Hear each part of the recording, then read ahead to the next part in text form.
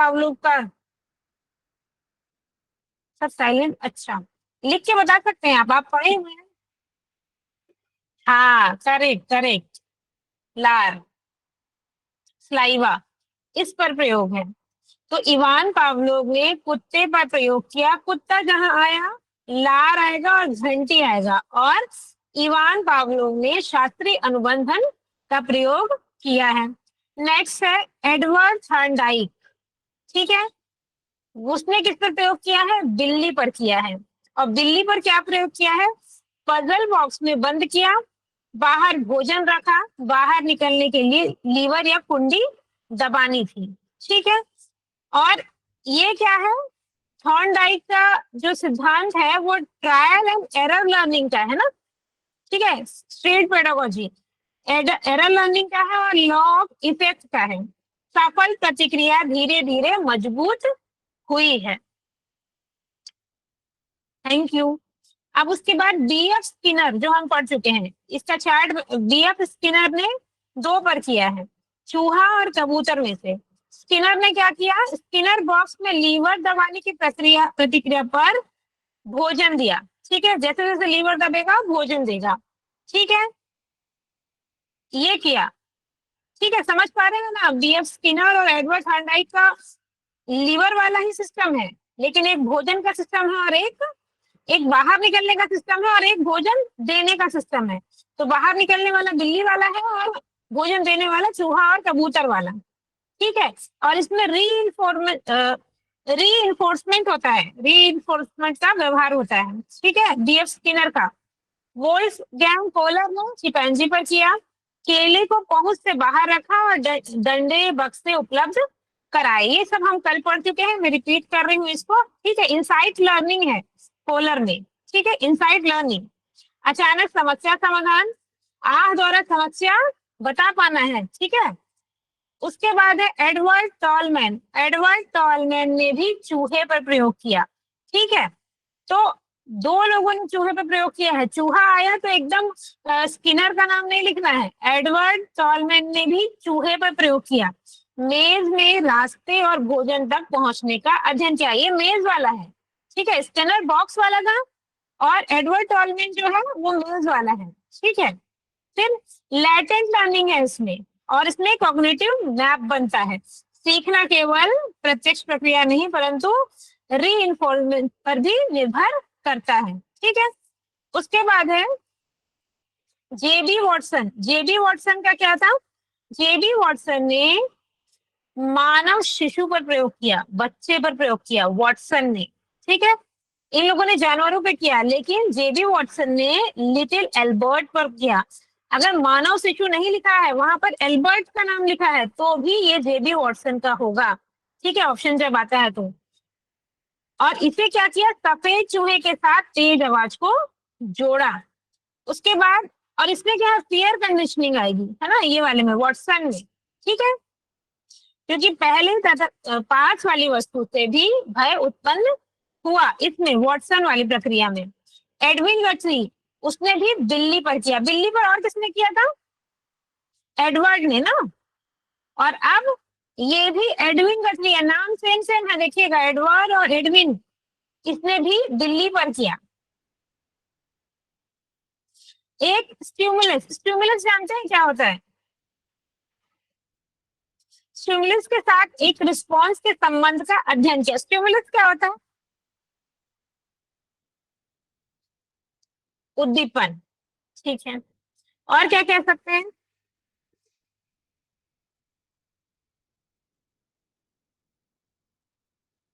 ठीक है, उद्दीपन इज द करेक्ट आंसर। एक उद्दीपन के साथ रिस्पॉन्स के संबंध का अध्ययन किया एडविन गटरी ने। थॉर्नडाइक का एक और है, देखो, 2 है। कहा था ऊपर? एडवर्ड थॉर्नडाइक ना। थॉर्नडाइक का 2 है, जिसमें उसने कुत्ते और चूजे पर भी प्रयोग किया। लाइक अलग अलग समस्या स्थितियों में सीखने का अध्ययन। सीखना कई प्रतिक्रियाओं में से सफल प्रतिक्रिया के चयन को मजबूती से विकसित करता है। तो ये एक छोटा टेबल है जिसके आप फर्रे बना सकते हैं, चुटका बना सकते हैं। तो ये आपका सीडीपी का कौन कौन सा प्रयोग किसने किसने किया उसके बारे में चर्चा है। अब इसका नेक्स्ट देखिए, अब इसका सीजेट का सुपर टिक क्या होगा? पावलोव कुत्ता, घंटी क्लासिकल कंडीशनिंग, ठीक है। थॉर्नडाइक बिल्ली, puzzle box trial error, Skinner चूहा, स्किनर बॉक्स ऑपरेंट कंडीशनिंग, ठीक है, ऑपरेंट कंडीशनिंग है ना। कोहलर, देखिए इसमें चित्र भी बना है, कोहलर चिपैंजी, डंडा बक्सा इंसाइट लर्निंग, टॉलमैन चूहा, मेज cognitive map, Watson little Albert सफेद चूहा फियर कंडीशनिंग। इस प्रकार से इसको याद किया जा सकता है। वैसे ही Pavlov dog classical, Thorndike cat trial error, ये चार चार जो है ना एकदम पूछा जाता है, एकदम परफेक्ट पूछा ही जाता है। पावलोव डॉग का classical, Thorndike cat trial error, Skinner rat pigeon operant, Kohler chimpanzee insight, इसको पूछा जाता है। इसको एकदम ध्यान से आप लोग दिमाग में एकदम बैठा लीजिए। अब हम नेक्स्ट देखेंगे, ये आप लोग मैं आपकी पीपीटी में दूंगी, इसको आप रीड कर लीजिएगा, मैं इसको रीड नहीं कर रही हूँ। अब एक क्वेश्चन देखिए, दिखा दीजिए उत्तर। पियाजे के अनुसार यदि बच्चा किसी नई परिस्थिति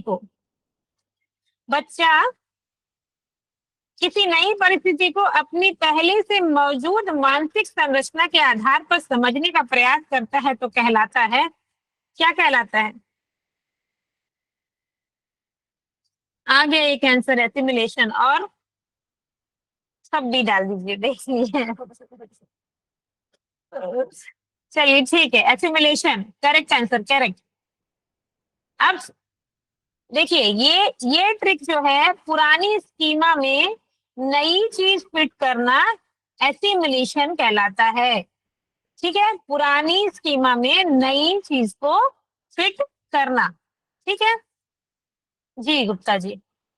नेक्स्ट क्वेश्चन है, एक शिक्षक कहता है मैं कक्षा में गलत उत्तरों को तुरंत करेक्ट नहीं करता, ठीक है, क्योंकि पहले मैं जानना चाहता हूं कि बच्चे ने ऐसा उत्तर क्यों दिया। यह दृष्टिकोण मुख्यतः किसे दर्शाता है? केवल समेटिव असेसमेंट, डायग्नोस्टिक और कंस्ट्रक्टिव अप्रोच, रोट लर्निंग और बिहेवियर मॉडिफिकेशन। मेरे में क्लियर दिख नहीं रहा, कंस्ट्रक्टिविस्ट है वो, हाँ जी, नाइस, सही, करेक्ट आंसर उत्तर बी। अब आगे देखते हैं हिंदी भाषा को, सीडीपी का हो गया शॉर्टकट, अब हिंदी भाषा का देखते हैं। भाषा सीखने के सिद्धांत आपको पढ़ने हैं। लिसनिंग, स्पीकिंग, रीडिंग, राइटिंग जो हम इंग्लिश में पढ़ रहे हैं सेम भाषा में होगा, लैंग्वेज है क्योंकि दोनों लैंग्वेज, ठीक है। भाषा की गलतियां और उनका सुधार पढ़ना है, मतलब एरर मिस्टेक जिसको बोल रहे हैं। व्याकरण पढ़ने का सही तरीका जो होगा, हमने ग्रामर पढ़ा है, ठीक है। फिर भाषा का मूल्यांकन पढ़ना है, अनसीन पैसेज में आंसर खोजने का ट्रिक पढ़ना है। भाषा सीखना केवल ग्रामर याद करना नहीं है, इसको भी ध्यान देना है। जैसे हमने इंग्लिश में किया है उसी हिसाब से मैं हिंदी का बता दे रही हूँ क्या करना है। सेम इंग्लिश पेडागोजी और ग्रामर शॉर्टकट में भी यही सब चीजें आएंगी जो हम कई बार पढ़ चुके हैं, रिपीट कर चुके हैं। तो हिंदी और अंग्रेजी क्योंकि लैंग्वेज है उनका शॉर्टकट मैं नहीं बता रही हूँ, इसका समावेशन मैं संस्कृत में करूंगी ना। आप संस्कृत को डिफिकल्ट समझ रहे हैं बट वो हिंदी का ही है पार्ट, बहुत सारी चीजें संस्कृत की हिंदी में ही है, धातु रूप को छोड़ करके। तो एक बार हम देखेंगे आगे। अब हम गणित में फंसाने वाले पॉइंट देखते हैं, गणित में हम कहाँ कहाँ फंसते हैं, कहाँ कहाँ फंसते हैं गणित में, क्या क्या होता है, place value versus face value. तो what is the meaning of face value? चलो प्लेस वैल्यू समझ गए, फेस वैल्यू क्या होता है, कोई बता सकते हैं फेस वैल्यू क्या होता है?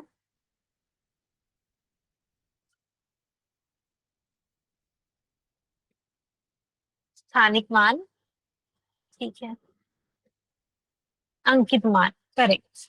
फ्रैक्शन,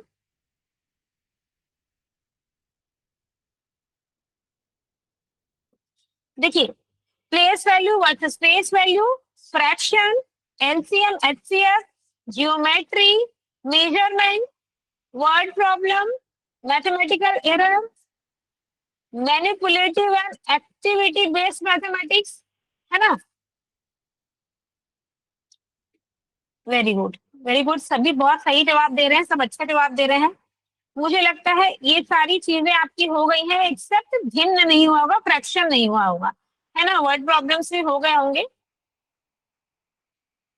तो मैथ्स पेडागोजी में केवल आंसर नहीं, बच्चा कैसे सोच रहा है वो भी महत्वपूर्ण होता है।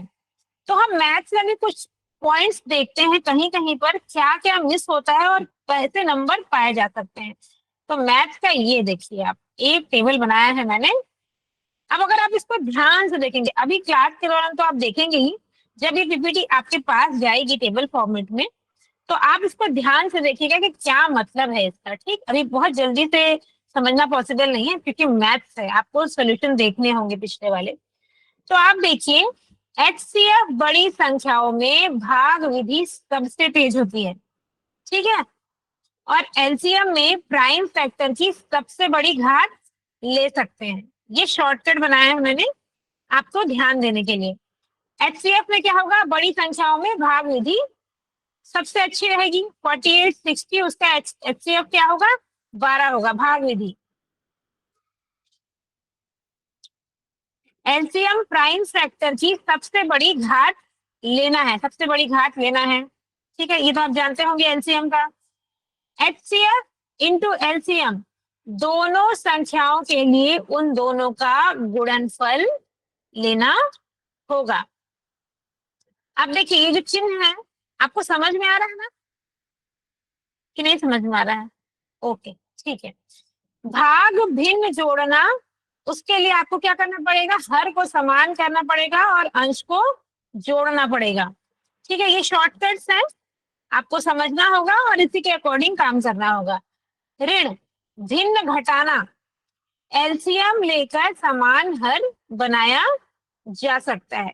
मैं थोड़ा इसको सॉल्व करती तो शायद ज्यादा इजी होता। देखिए प्रतिशत के नियम क्या कह रहे हैं, किस प्रकार से प्रतिशत निकलता है, वो नियम लिखा हुआ है। इस टेबल को आप एक बार क्रॉस चेक करिएगा, आप जरूर ध्यान दीजिएगा जब पीपीटी आपके सामने जाएगी। हम आगे बढ़ते हैं और देखते हैं, ये सिर्फ और सिर्फ सामान्य नियम है जो मैंने एक साथ करके रख दिया है आप लोगों के लिए। इन नियम को देख करके आप कोई भी प्रश्न को सॉल्व कर सकते हैं। जैसा कि मैंने कहा, स्टेप बहुत जरूरी है, स्टेप बाय स्टेप। सिर्फ सूत्र लगाने से काम नहीं बनेगा, परंतु कुछ सूत्र मैंने आपके सामने रख दिए हैं, ठीक है। अब नेक्स्ट हम देखेंगे, अब 5 सुपर ट्रिक्स है मैथ्स के लिए। एचसीएफ क्या होगा, सबसे छोटा भाग। एलसीएम क्या होगा, बड़ा गुणज। भिन्न क्या होगा, उलट कर गुणा करना, ठीक है। प्रतिशत क्या है, 100 में से कितना। औसत क्या है, कुल का भाग कुल संख्या से, ठीक है, ये एक तरह का छोटा फॉर्मूला है।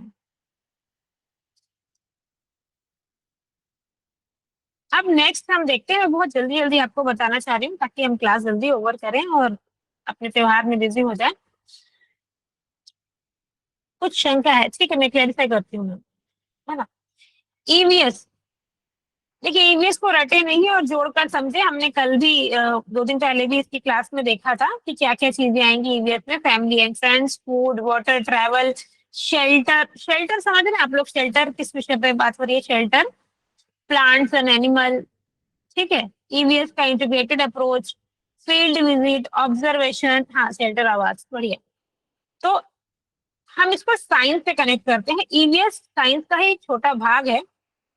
तो देखिए सीट एज में साइंस में क्या क्या पढ़ना है, जैसे अब 3-4 भाग भी है ना, एक ही भाग नहीं है जो आपको पढ़ना है। अभी तक साइंस में आपने बहुत कम पढ़ा है, ठीक।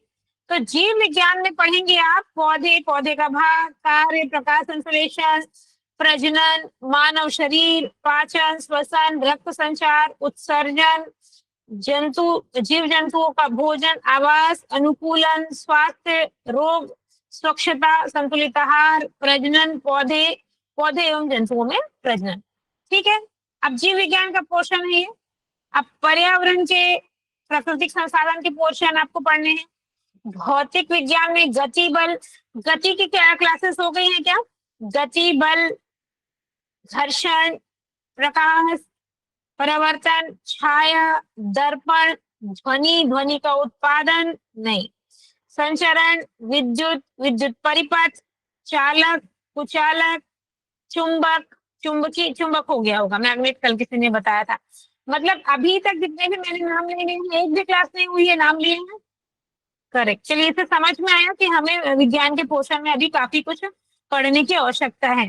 ठीक है, तो अब पदार्थ एवं रसायन भी है विज्ञान में, रसायन से भी क्वेश्चन आएंगे। आप देखते होंगे केमिकल रिएक्शन को पूछता है। ठोस, द्रव, गैस, पदार्थों के गुण, घुलनशीलता, पारदर्शिता हो गया है, कठोरता हो गई है। चलिए, परिवर्तन, भौतिक एवं रासायनिक परिवर्तन, अम्ल क्षार, ठीक है, संकेतक वगैरह। चलिए, करेक्ट, सही है।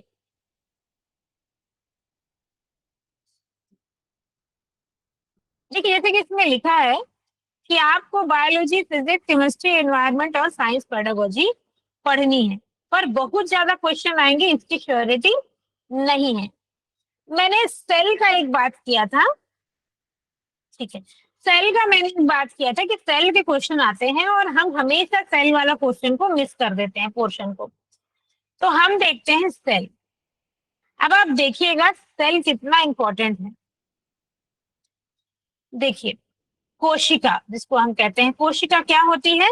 जीवों की मूलभूत संरचनात्मक एवं क्रियात्मक इकाई होती है कोशिका। शॉर्टकट बनाने का उद्देश्य सिर्फ इतना ही है कि जब आप शॉर्टकट को देखेंगे तो बहुत इजीली उत्तर दे पाएंगे। रॉबर्ट हुक ने इसको कोशिका का नाम दिया था और 1665 में कॉर्क की कोशिकाएं देखी थी। ठीक है, एंटोनी ने क्या किया था? जीवित कोशिकाओं, सूक्ष्म जीवों को पहली बार देखा था एंटोनी ने। समझ में आ रहा है कि मैं बोले जा रही हूँ? अच्छा, मैं अभी, हम काफी कम लोग हैं, तो आप चाहें तो डिस्कस कर सकते हैं, कुछ अगर डिस्कस करना हो तो। चलिए, बताइए क्या मिस हो गया था साइंस की क्लास में, कह रहे थे आप लोग?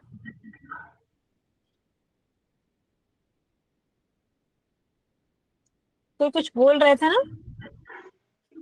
फिजिक्स का नहीं हुआ है मैडम, पूरा बचा है। फिजिक्स बचा है, ठीक है, ओके। चलिए, तो जैसे, अच्छा एक चीज बताइए, मैं इसको वो कर रही हूँ ना, प्लांट सेल को क्या समझते हैं आप लोग? प्लांट सेल,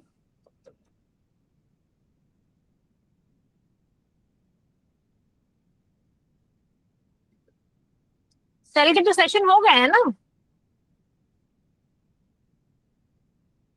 साइलेंट है? अच्छा, देखिए मैं दिखा दे रही हूँ क्या है। प्लांट सेल देखिए, सेल वॉल रहेगा उसमें, सेल मेम्ब्रेन रहेगी उसमें, क्लोरोप्लास्ट रहेगा, हाँ प्लांट सेल पादप कोशिका हिंदी में, एंड लार्ज वैक्यूल रहेगा उसमें। ठीक है, इसी प्रकार से आएगा। प्लस प्लस प्लस, इसको क्या बोलेंगे? इसके बीच का एक मिस कर देगा और क्वेश्चन, ठीक है, नाइस। प्लांट सेल में cell wall, cell membrane, chloroplast, large vacuole.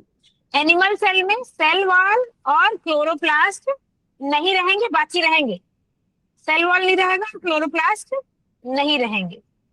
ठीक है, इस प्रकार से याद करने की ये ट्रिक है, जो मैं ट्रिक ही बना दी हूँ, इसलिए आपको बस ट्रिक ट्रिक बता रही हूँ। आप रीडिंग लेंगे तो बहुत आसानी से पता चल जाएगा।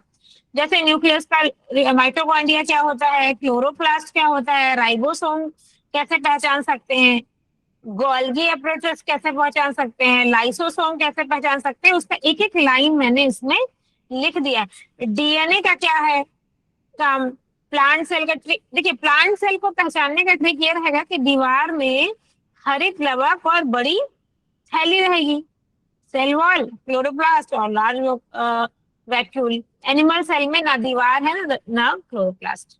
ठीक है, इस प्रकार से याद कर सकते हैं हम। अब इसी प्रकार से रिवीजन इसका कर सकते हैं।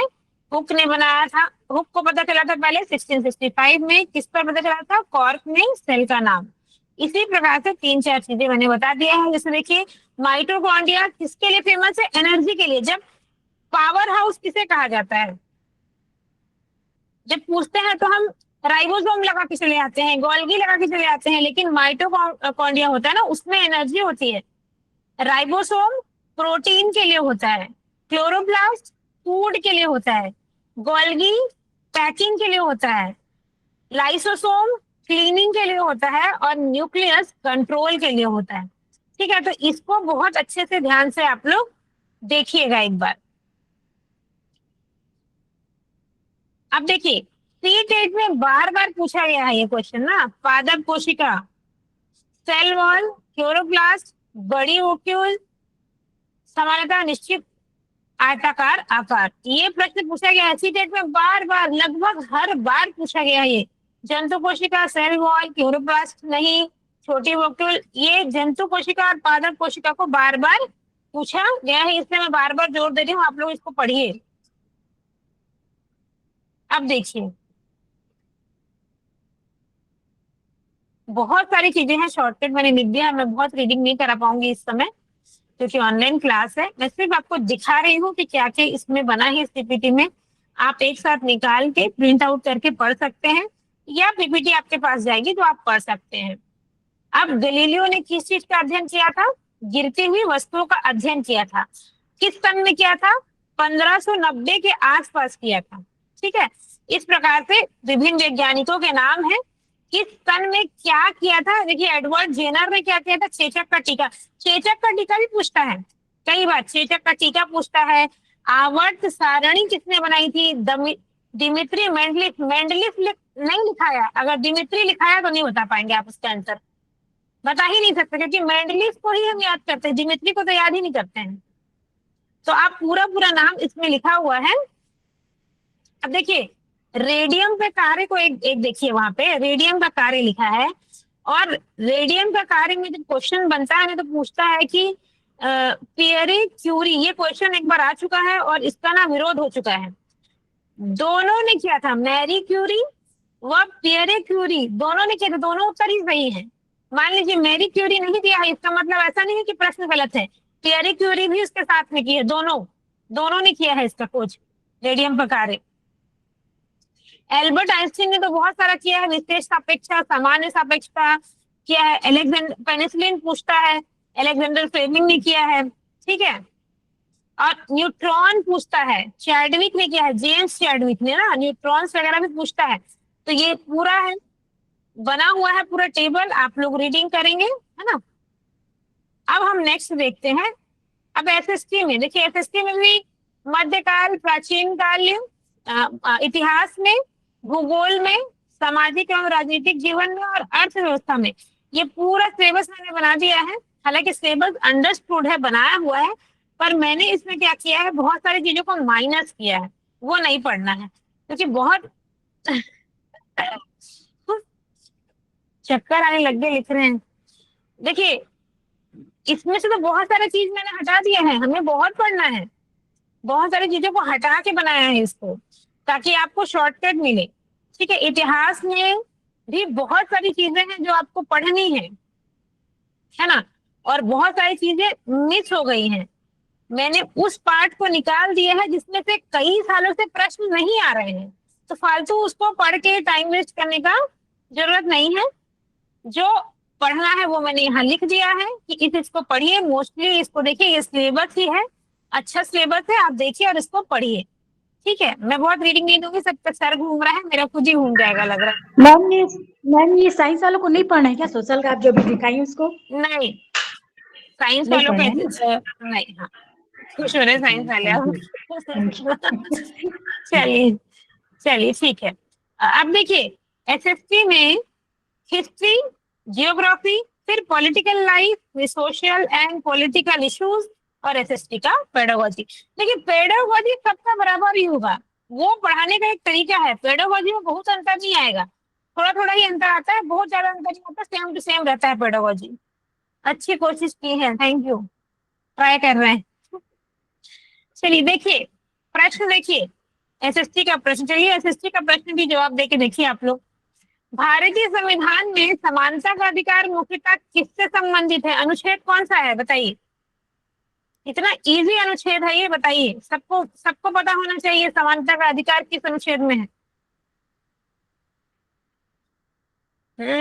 अपने अधिकार के बारे में सबको पता है। चलिए अनुच्छेद 14 एवं 18, अनुच्छेद 14 सही उत्तर है आपका, समानता का अधिकार। नेक्स्ट क्वेश्चन देखिए, निम्न में से कौन सा प्राथमिक ऐतिहासिक स्रोत है? बताइए तो।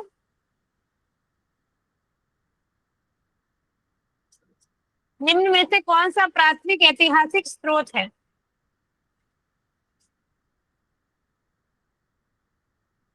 एक बी लगाए, सब तक बी लगा दिए कि सही में है समकालीन शिलालेख प्राथमिक ऐतिहासिक स्रोत। सही, शिलालेख ऐतिहासिक और प्राथमिक स्रोत।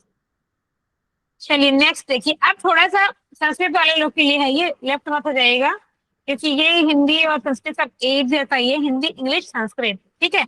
अच्छा, परसर्ग पढ़ाएं सर, परसर्ग,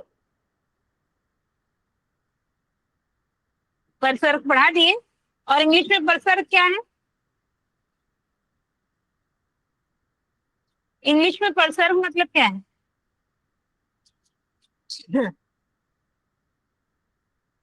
अरे बाप रे। अच्छा जल्दी से गूगल खोलिए और परसर्ग का ट्रांसलेशन देखिए क्या है परसर्ग। आपको खुद हंसी आएगी क्या है परसर्ग। आपने परसर्ग पढ़ लिया है।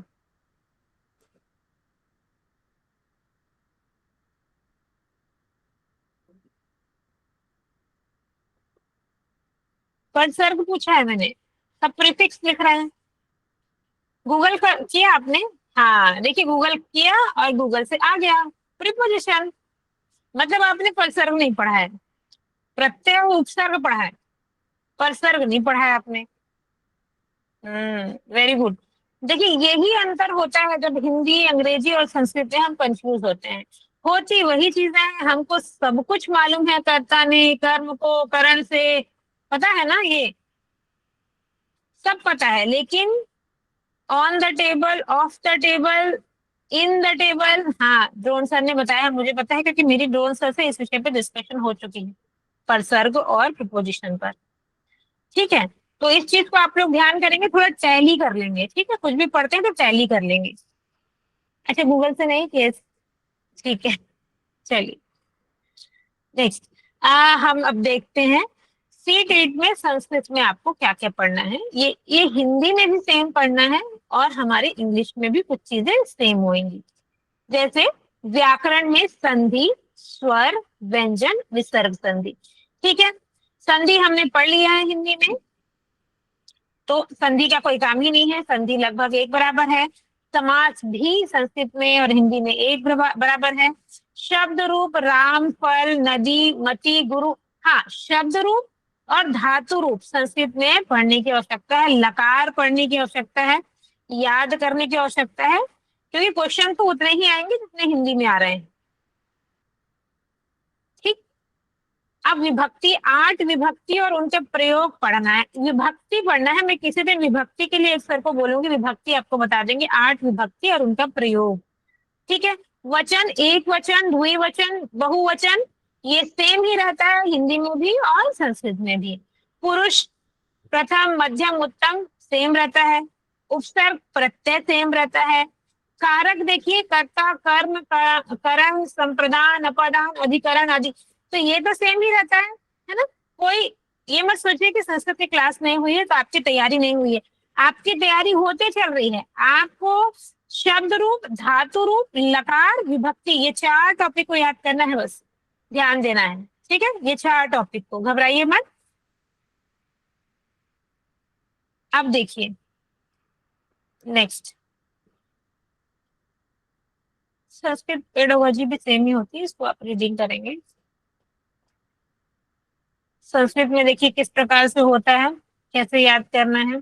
संस्कृत ग्रामर की रीढ़ है, ये हम सब जानते हैं, जिसमें संधि, समास, शब्द रूप, धातु रूप, लकार, विभक्ति, कारक, उपसर्ग, प्रत्यय, अपठित, बोध, अपठित बोध जनरली नहीं आता है, पर इसको मैंने यहाँ लिख दिया है, वो संस्कृत पेडागोजी के भाग है इसलिए, ठीक है। तो आपको संधि, समास, शब्द रूप, धातु रूप, लकार, विभक्ति, कारक, उपसर्ग प्रत्यय, और यही पढ़ने की आवश्यकता है संस्कृत में, जो जिसमें से आप यकीन मानिए 70% पढ़ चुके हैं अभी संस्कृत और हिंदी एक साथ ना। अब देखिए, मैं कुछ प्रश्न पूछती हूँ, पूछू संस्कृत का प्रश्न। हमने कभी 9वीं क्लास में संस्कृत पढ़ा होगा, पूछू? एक्साइटेड हैं सभी? चलिए, रामः विद्यालयं गच्छति वाक्य में रामः पद में कौन सी विभक्ति लगी है? अरे तो विभक्ति आप लोग कह रहे हैं पढ़े नहीं है, तो कैसे बता दे रहे इतना आसानी से? प्रथमा विभक्ति, इतनी स्पीड में बता दिए सब। वेरी गुड, मतलब सबको पता है, झूठ बना रहे हैं।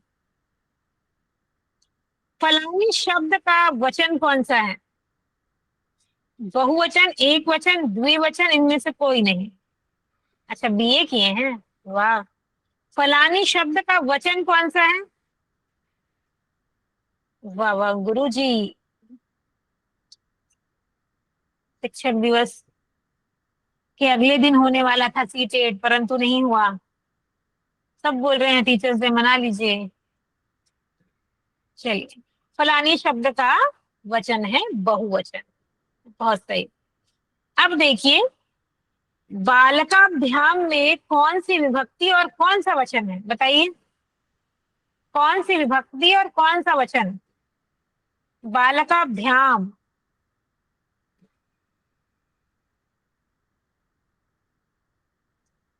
चलिए मुझे थोड़ा इस पीपीटी को एडिट करके उत्तर लिख के डालना पड़ेगा आप लोगों के लिए, ठीक है। कई लोग बोल रहे हैं ए और कई लोग बोल रहे हैं सी, ठीक है। ए वाले भी रीजन बताएंगे और सी वाले भी रीजन बताएंगे।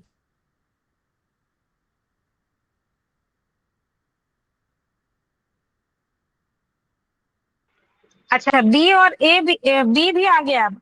अच्छा बताइए, ए वाले क्यों बोल रहे हैं कि तृतीय चतुर्थी पंचमी विभक्ति और द्वितीय वचन है, क्यों बोल रहे हैं बताइए? चलिए, ए जिन्होंने लगाया है वो बताइए क्यों बोल रहे हैं आप लोग?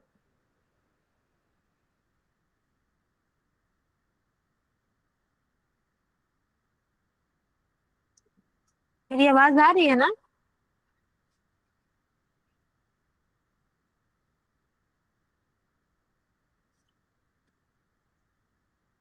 चलिए, ए वालों का सही है वैसे, ए वालों ने सही उत्तर दिया है। बालकाभ्याम में तृतीया, चतुर्थी और पंचमी विभक्ति है और द्विवचन है।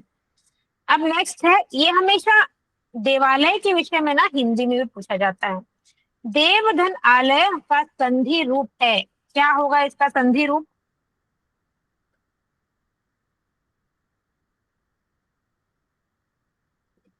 कितना आसान है देखिए, देवालय, और इसी को गलत करके चले आते हैं कंफ्यूजन में हम लोग। देव, देवा, लय, बस इतना इजी। अच्छा, लास्ट में था क्या ये? ठीक है, अब हम थोड़ा सा डिस्कशन की तरफ जाएंगे। मैंने आज एमसीक्यू इतना ही रखा ताकि आप लोग कंफ्यूज ना हो और बहुत सारा डेटा लेकर नहीं जाए। मैंने बहुत सारी चीजें इसमें भर दी है जो आप लोग को पढ़नी तो है, परंतु आराम से, है ना? एकदम आराम से पढ़ेंगे आप लोग, इस पीपीटी को देख के एकदम आराम से पढ़ेंगे, क्योंकि बहुत सारी चीजें हैं। ये एक तरह का शॉर्ट नोट्स बनाया है मैंने आपके लिए, ठीक है। आज मैं नहीं डालूंगी क्योंकि आप लोग पढ़ेंगे नहीं, कल भी नहीं डालूंगी क्योंकि कल भी नहीं पढ़ेंगे, परसों मैं थोड़ा फ्री हो जाऊंगी तो परसों मैं थोड़ा एडिट करके इसको डालूंगी। कारण आप लोग देख रहे होंगे थोड़ा सा ये पीडीएफ फॉर्म में आया है ना, तो ये थोड़ा आगे पीछे हो गया, थोड़ा सा ना मैं इसको स्टेबलाइज करके अच्छे से एक बार डालूंगी। पार्ट 1 की पीपीटी मैंने डाल दी है और उसका आप अध्ययन कर सकते हैं, पार्ट 1 की पीपीटी का। अच्छा, अब मैं आप सभी का धन्यवाद, पर अभी मैं वीडियो रिकॉर्डिंग ऑफ करती हूँ, उसके बाद हम थोड़ी डिस्कस